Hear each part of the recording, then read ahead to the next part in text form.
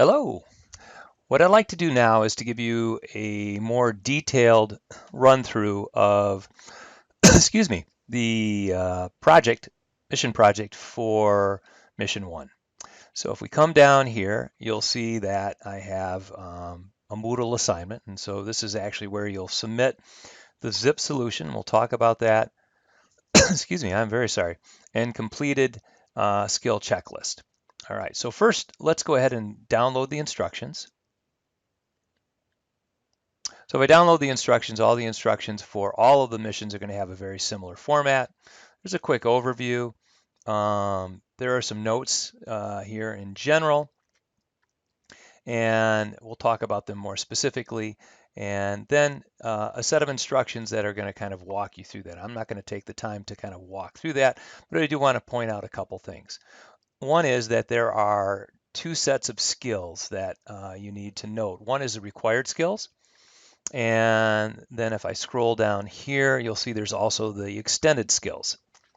Now, these required skills are skills that have to be demonstrated in the application for you to be able to submit it and for me to assess that. So pay very close attention to these required skills. And then the extended skills are skills that I also want you to be able to have under your belt, but you should be able to demonstrate most of these skills by the end of mission, in this case, mission one. But there may be some that you haven't quite gotten a good grasp of, and so you need to not worry about that. There'll be opportunities to demonstrate those skills in future missions. So do your best. Make sure that you do all of the required skills before you submit, and do as many of the extended skills as you can. And if you come down here, you'll see that when it comes to submitting, you need to download the skills checklist. I'll show you that in just a second, and complete that. And then you also need to zip the solution folder, and there's a video that shows you how to do that. The solution folder is nothing more than a folder that contains all of your code, and that I'll be able to use to assess your work. And then you need to basically upload that zipped file, the zip file of the solution, and also upload your completed skills checklist and then click save. So that's all you need to do to submit this assignment. So if I scroll down here, you'll see that here's the skills checklist, and you can see that it's separated in required skills and extended skills. Remember that all of the required skills must be completed before you can submit the assignment, and then you want to complete as many of the extended skills as you can. So these are very specific, and we'll kind of talk about them as I take a look at the code with you, and you'll see kind of where those all apply. All right, so let's go back. So that is downloading the instructions. Now, the next link is a link that I thought about not including, but I wanted to include it. This is actually a zipped file that is a starter solution for the project. And I want you to feel free to go ahead and download that starter solution and open that up and start with that in Visual Studio if that's what you want. But I would prefer, in fact, if I go back to the instructions, you'll see you might as well, you're going to have to do this eventually. I would prefer that basically you just go ahead and open up Visual Studio and create a new solution or a new project, as Visual Studio is going to call it, right there in Visual Studio. Call it the conversation. And if you refer to this video right here, creating your first C# solution, it's going to walk you through that entire process of opening up Visual Studio and creating a new solution and kind of coding that up and then saving all of that. Okay. And then there's a tutorial right here, downloading, I'm sorry, this one right here. Submitting a code line, a coding assignment to Moodle, which is basically going to kind of take off from where it leaves, where you created your solution, and it's going to show you how to zip that up and how to submit that submission. Okay. If you do intend to download that, there's a video here, a very short video that talks about how you can actually download a solution from either Moodle or GitHub. And GitHub is an online resource that allows us to store our source code up there, and we'll do more with that. All right. Now, what I want to do first is to actually download an example application that I created. Uh, you should not make, I'm not asking you to replicate mine. This is just to give you an idea of how it may look or how it may flow. So let's go ahead and download that. If I click on that, you're going to see that it wants to download. So I'm going to go ahead and click on download, and I can put that somewhere. I guess I could put that, if I download this, I'm going to actually it wants to add that. I'm going to throw this on my desktop, and then we can kind of go and find that. So I'll throw that on my desktop, and it looks like it downloaded. And let me get rid of a few things that I've got sitting out here. That was silly. Okay, so obviously I have a pretty messy desktop. Let me just kind of go ahead and organize things. And so right here is the, if I hover over there, you'll see conversation.exe. Sometimes it's easier to pick up from there. If it's not, you can just go ahead and go to here, your Explorer, click on desktop, and it's going to be easier to find. Okay, so there it is. That's a coding assignment. That's what CA stands for, and the conversation. So let's go ahead and run that. So we'll run it the first time. Now Windows is set up such that it doesn't like you, well, what it's trying to do is protect you. So it doesn't want to just automatically run an exe file. That could be dangerous. Rest assured, my files are probably not very dangerous. So if you click more info, you'll be able to then run it anyways and get past the Windows protection. So let's go ahead and run that. And you can see it's called the Skier app. Press any key to continue. We're now running in the console. Okay, so this is not a windowy environment. This is kind of old school. And if I press any key, it's going to say, hello, my name is John. It's the introduction screen. What is your name? Well, I'll say Fred. It's nice to meet you, Fred. And it says, do you like to ski, Fred? Well, you know, Fred, I don't think he really likes to ski. So let's just say no. Well, it says press any key to continue. It says, well, I'm sorry you don't like skiing, Fred. It's been nice to meet you. Press any key to continue. And it's thank you for your interest in our application, Clown Car Productions. Press any key to exit. Okay. So that seems like a really short app, but that's just part of it. That's what happens when my user chooses no. But let's go back in and run it and see what happens when the user instead says that they're interested in skiing. So I'm going to say go ahead, and let's see, we'll be Sally this time. There, that's how you spell Sally.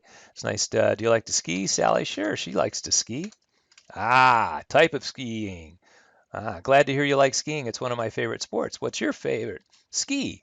Let me see, what kind of ski do I have? Let me see. What's a good ski? I don't know. Let's come up with, we'll just make up a name. Fun ski. So Sally, you like fun skis. I'm interested in what kind of skiing you do. Do you prefer downhill, cross country, or back country? Notice that I put these in quotes so that the user knows when they input the information. I'm totally a back country skier. And it says, what is your favorite area to ski? And I'm going to say the National Shore. And it says, I spent most of my time skiing now in backcountry. Well, Sally, I'm not sure if I've skied in the National Shore. I'll have to give it a try. Press any key to continue. I'd like to learn more about how much you ski. How many years have I skied? Well, let's see. Sally's probably skied, we'll say 23 years. And how many days on average do you ski a year? She probably skis about 25 days. And when she goes out and skis, well, let's say that she skis on average 3 hours a day. Well, Sally, from my calculation, it appears that you've skied 1,725 hours in your lifetime. Not bad. Sally, it's been great getting to learn more about your skiing interests. Have a nice day. Press any key to exit. And again, we go to the closing screen, and we're done. So that's the application. That's the extent of the application that that we're looking for. And so, oh, go back here, and let's go back here. All right. Excuse me. So that's the type of application I'm looking for. I would encourage you to develop an application about something you're interested in. It can be anything. It doesn't really matter. And let's go take a look at the example code. Now, when I click on the example code, we're actually going to go to GitHub. Now, this is the online storage that I talked about that you will eventually be uploading your assignments to submit them. But if you take a look here, you can see this is NMC CIT 110, and there it is, that coding assignment, the conversation. This structure right here, if you have not already viewed creating your first assignment, it's going to kind of walk you through and show you how the folder structure is when we created applications in Visual Studio. But this is kind of replicated. This is the .sln file that when you are working on your computer that you'll double click and actually open up your application. Again, those videos talk more precisely about that. What we're going to do is we're going to go into this folder. And if I click on that, I can go into that folder. And then the file, the actual file that has our code is program.cs. CS stands for C#. So what I'll do is I'll click on program.cs. And now we have the ability to actually see the code. And so this is not intended to actually teach you specific code, but what I'm going to do is I'm going to do a walkthrough to give you a sense of kind of what's going on in the application that I created. Okay, so here in any C# program, you're going to see these using statements, and basically what this amounts to is that when we write our code and we create an application in C# using Visual Studio, we are actually using more than, or I should say the application is going to be using more than just the code that we include. And in fact, specifically the code that we include needs these files to run. So we have to make sure that we include those. At this point in the course, we're not going to worry about that. Visual Studio is going to take care of that, so we don't need to worry about that at all. And then as we come down here, you'll see there's a namespace, and I like to think of these as Tupperware containers. You'll hear my reference that on a regular basis. So there's a container, and so there is a namespace, the conversation, and the beginning of that container is right here, and the end of that container is right there. Okay, so code shows things being included in them by these in C# by these curly brackets, and the indents, the indentation indicates kind of how they are. So if we come down here, we have our big Kahoni container. It's called the conversation. It's a namespace. And we'll talk more about that down the road. And then inside of that container, we have another container. That's a class. That's a type of container. We'll talk again more about that down the road. But this is called the program. And if I scroll down, you're going to see that there's the end of that container. And if I go back up, now we're going to kind of step in again. And so now we're going to have, and this is the term for this is a method. The method's name is main. But for this time, at this point, we're not going to worry about that. But you'll probably see that it's like those Russian dolls that stack. I have on the outside, I have the conversation namespace, and then inside that I have a program class, and then inside that I have a main. And again, this is a method. And I know you're probably getting dizzy, so turn your head away. And I scroll down here, and you'll see that all of those containers are closed. Okay, so let's talk a little bit about the code and what it is. Here is what I talked about as far as having a comment block, informational comment block. Every program needs to have this comment block. You will not be able to submit it, or more specifically, I won't assess your code if you haven't included that. So make sure that you include that in every program that you create. Okay. Here are some variables that walk you through that. Okay, so we have a number of variables. I chose to have 5 string variables and 4 integer variables. You can decide how you want to build your program out. Notice that, bring to your attention that all of our variables are written in camel case. And camel case means that the first letter of every word is uppercase, except for the very first word. So that's camel case. Pascal case, and this is namespace, classes, and methods, are Pascal case. And Pascal case, all of the letters, including the first word, I should say all the first letters, including the first word, are uppercase. Okay. Notice that the names of the variables are kind of verbose, but they're very useful. Okay, so we don't want to use things like int and var1 and number1 and number2. We want to use names that have meaning to us. So you can see that there's a username, there's the favorite ski, the type of skiing, the favorite area, and then this is kind of a generic user response. So these, if you think back to the program I just showed you, it kind of makes sense where those came from.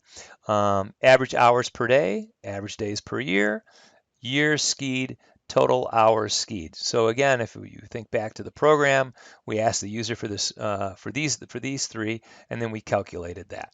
Okay. Now let's go on and take a look at the next piece of code. This next code is the opening screen. Notice that these are comments. So whenever we have these double forward slashes, the compiler, we'll talk about that a little bit later, but these are ignored and are not considered part of the actual program. They're part of the code file, but they allow us to kind of provide information. And so you can see this is my opening screen, and you can see I set the cursor invisible by using console.cursorVisible equals false. I set my background color and my foreground color. So there's my background color using a console color black, and my foreground color using a console color red. And I also have, I run the console clear. Now what this does is basically kind of resets all of these values. So what I do is I set my cursor to not be visible, and I set my colors, and then when I run this clear, it basically resets that screen to these values. If you don't run this, it's going to look a little odd. You can leave that out if you want and just see what happens. But it's only going to basically kind of use these values, these 2 values, I suppose, specifically, as you type. And then to display the opening screen information, we have a console write line. That's a blank line. We have a console write line, and we have the skier app, and we have /t/t. These are 2 tab characters that moves that line into the middle of the screen. We have another blank line, and we have a tab character to move that a little farther to the right. And then we have our console read key. And oftentimes what I do is I refer to this as my stall. And so what that does is provide the user an opportunity to just press any key. So as soon as the application is going to kind of stop at this point or pause, and it's going to wait for the user to press any key. Hence the press any key to continue. When they press a key, the application's going to grab that key, but we're not going to do anything with it. We're just using it to kind of stall out. Okay. And then we have kind of the introduction screen. And so you can see that now in the introduction screen, I'm setting my cursor to true. I'm setting my background color and my foreground color to different colors. And I'm running my console clear, which basically kind of washes that screen and resets it to these values. So that's all new. I display a header. So I actually have a header on my screen. My header is nothing more than a blank line, a couple tab characters taking the word introduction into the middle of the screen, and another blank line. And then I enter into a conversation with the user. So this is my prompt. So, no, not my prompt yet. This is just some information. So I introduce myself to the user, okay, and I provide a blank line, and then I provide a prompt. What is your name? Now you may notice that this is a console write line, this is a console write line, this is a console write line. this is a console write. And what write does, whenever you use a write line, what the screen or what appears on the screen is that information. And well, in this case, let's go up here. Whenever you use a write line, hello exclamation point is printed across the screen, and then the cursor goes back to the next line. And then my name is John is printed across the screen, and then the cursor goes back to the next line. And so when we come here, this is just a blank line, so it just kind of skips a line and comes down. Now, when we do a write, what happens is it just types out what is your name, and then the cursor stops kind of like right here. And that's just a personal preference I have. I like to have my prompt and the user type their information right after the prompt. Now, if you made this a write line, the cursor would kind of come down, and I'm kind of treating this like it's the console, but the cursor would then come down to the next line. And you can experiment with that and see what you like.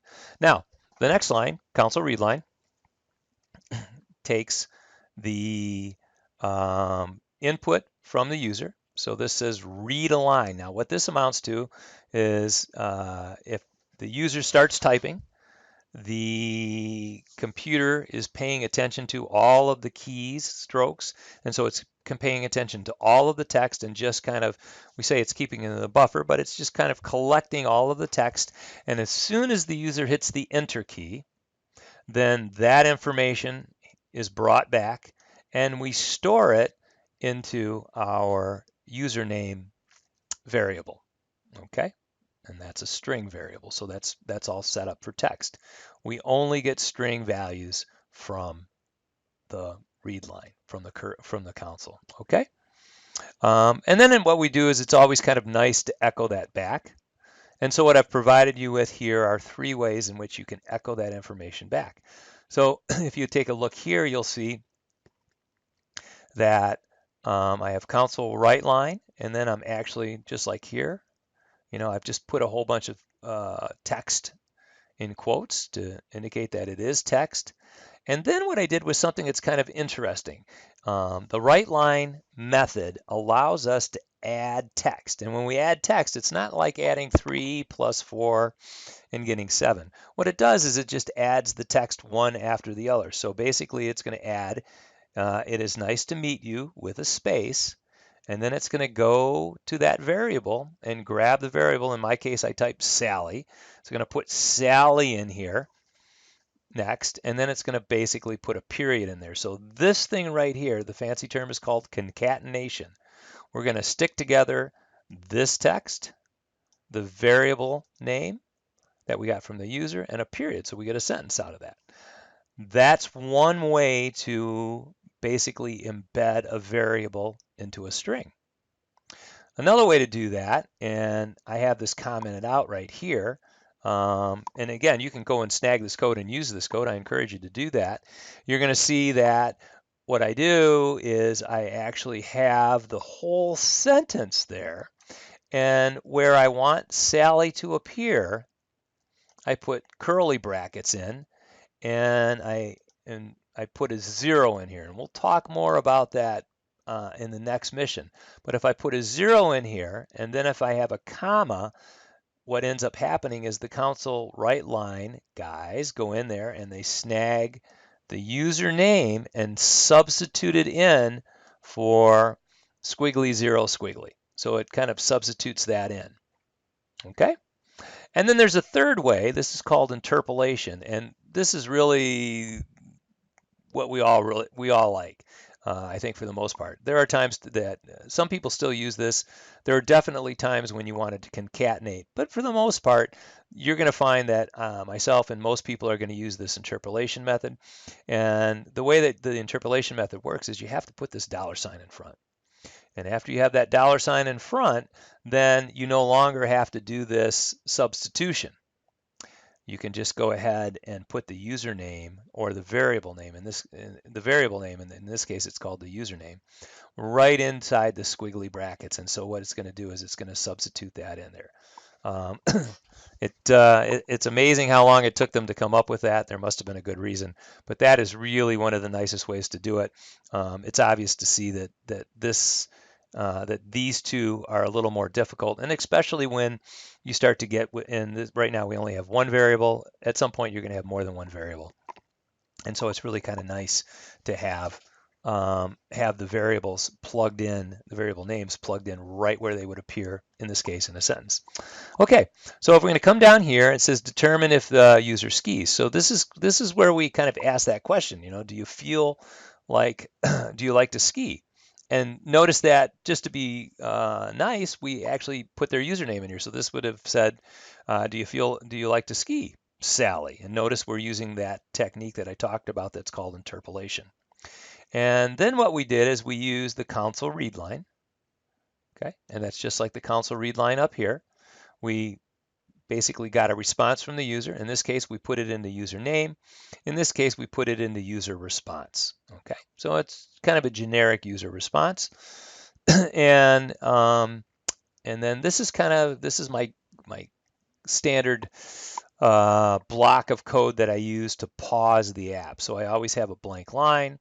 I have a prompt that says press any key to continue, and I have my console read key, which again, remember when the code is executing, it gets to this point and it just waits for the user to press any key. Doesn't matter what key, press any key, and then we move on. Now we could capture that key, but remember, we don't have any use for it. We're just using this as a way to interact with the user.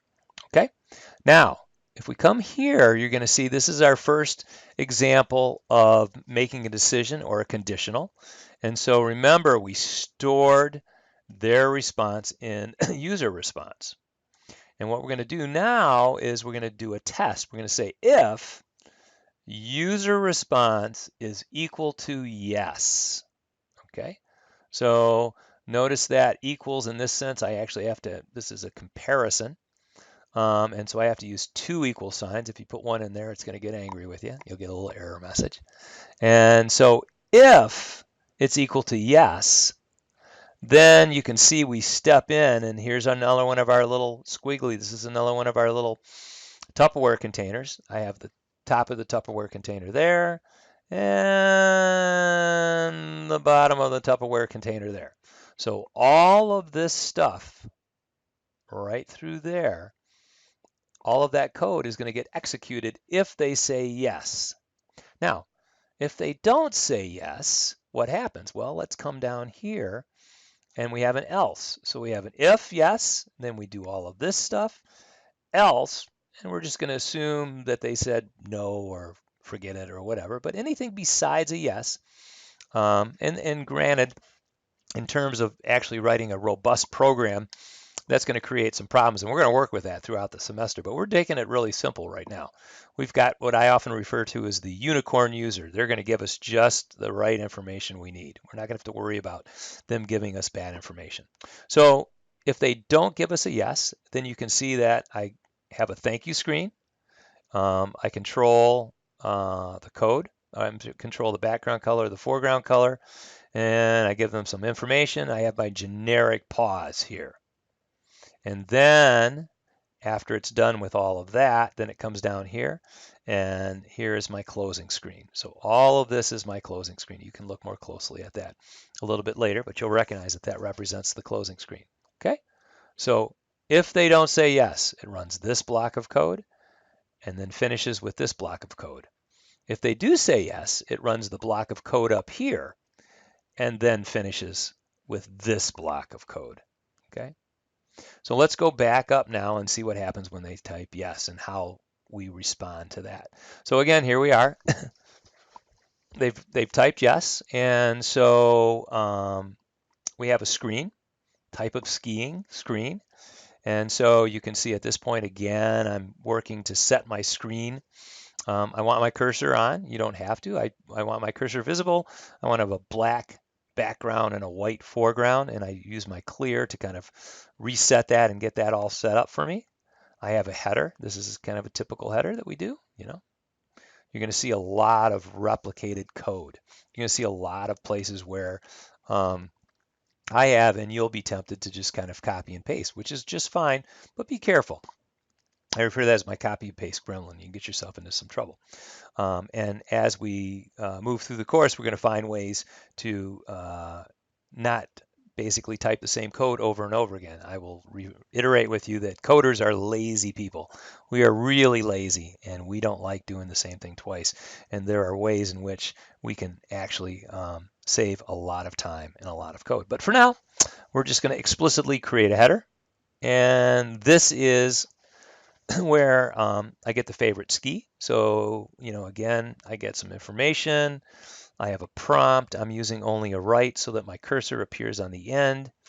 I get the information from the user using that read line. I store it in favorite ski. Okay. And here's an example. Now I'm switching back and forth in these different methods so that you can kind of see how to use them. This is another one of those. This is the second method I showed you.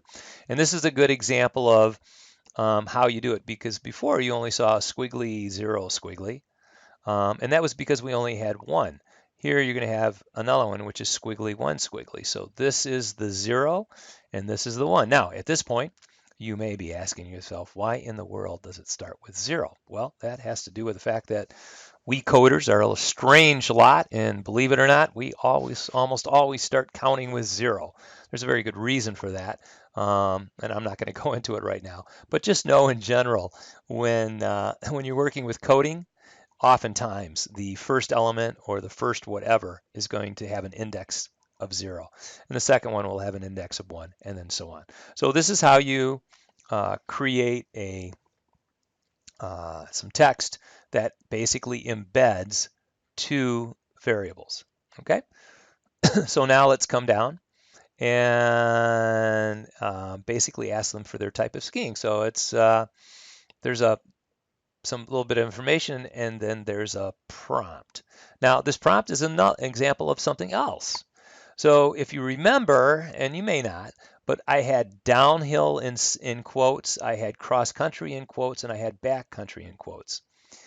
If you try and just have a quote, in this case, this quote, or any of these quotes, inside of these outer quotes, the right and the right lines are going to get really confused. So what we do is we put a backslash here, okay? And what that backslash does is that says is that next character is a character that either is, actually, let me go back up to where the other place that we use the backslash. So just to kind of go here, you'll see we use backslash T for tab. We can use backslash N for a new line. And in this case, we use backslash quote so that it actually prints that quote out. So it knows that that is something that should be printed and not something that turns this into an independent piece of text. Okay, so if you ever want to print a quote, you have to put a backslash in front of it. That's the bottom line of all that. Okay, so now we get the type of skiing, and we do this again, and we get the favorite area. Okay, so now we have some information that we can work with. So let's come down, and now we're going to look at a little more complicated conditional. This is an if, else, if, and it kind of sounds like it. So I'm going to read through it relatively quickly so that you have a sense of how it flows. So it says if type of skiing is equal to downhill, else if type of skiing is cross country, else if type of skiing is back country, else we get this. So these blocks of code are executed only when these are true. So these were the 3 choices that we gave the user as far as the types of skiing they wanted. And so we can be really specific, So here I know that they chose downhill. I can give them some information, and I can, basically kind of make some comments. I can do anything I want knowing that they chose downhill. Same thing with cross country, and the same thing with back country. You'll see these are all a little bit different. Okay. Now the else, if this isn't true, or this isn't true, or this isn't true, then always this will run. Okay, so if none of these are true, it's going to run this, because if this is true, it runs this and then it falls out. If this one's true, it skips this. If this one's true, it runs this and it falls out. Okay, if this isn't true and this isn't true, this is true, it runs this and it falls out. If this is not true and this is not true and this is not true, then by default, it runs this. And this is where it says, hey, you know what? I don't recognize that, but it's cool that you do it here. So that was my choice. This is how I wrote it out. Okay, so this allows us to basically give a different type of response based on their response. Okay, so let's kind of keep moving through here. And again, there's my pause, my standard pause. And then let's move on to skiing frequency. Again, we have a screen. I'm setting my cursor to true, so my cursor is visible. I am setting my background and my foreground. Now, it may be that they were already set this way. I like to, and I encourage you to always explicitly set them. Don't rely on those having been set prior. So coming into that screen, set the screen the way you wanted that screen to be. Okay, here's our header. Okay, I'm probably getting tired of seeing all these things. We're going to show you. Let me see in the next mission how to make that easier. Okay, so there's our header. And then here I am querying the information. Okay, so how many years have you skied? Now, notice that I use a user response, and I used a user response before to get yes or no, or I guess whatever else they said. The nice thing about that is that I can reuse that. Okay, and so when I get a new response from the user, whether there was a yes or no in here, that gets overwritten by their new response. All right. So the number of years that they basically have skied end up in the user response variable.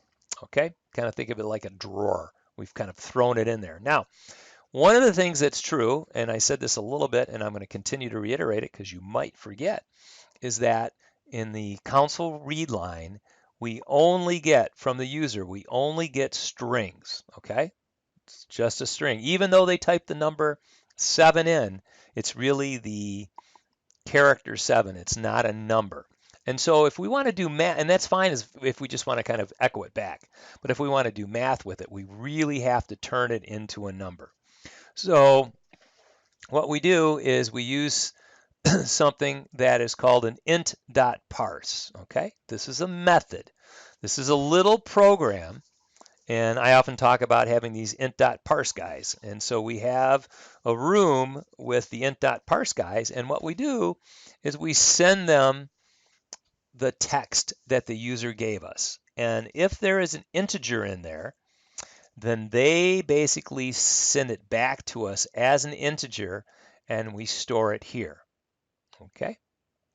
Now, remember, we're working with the unicorn user.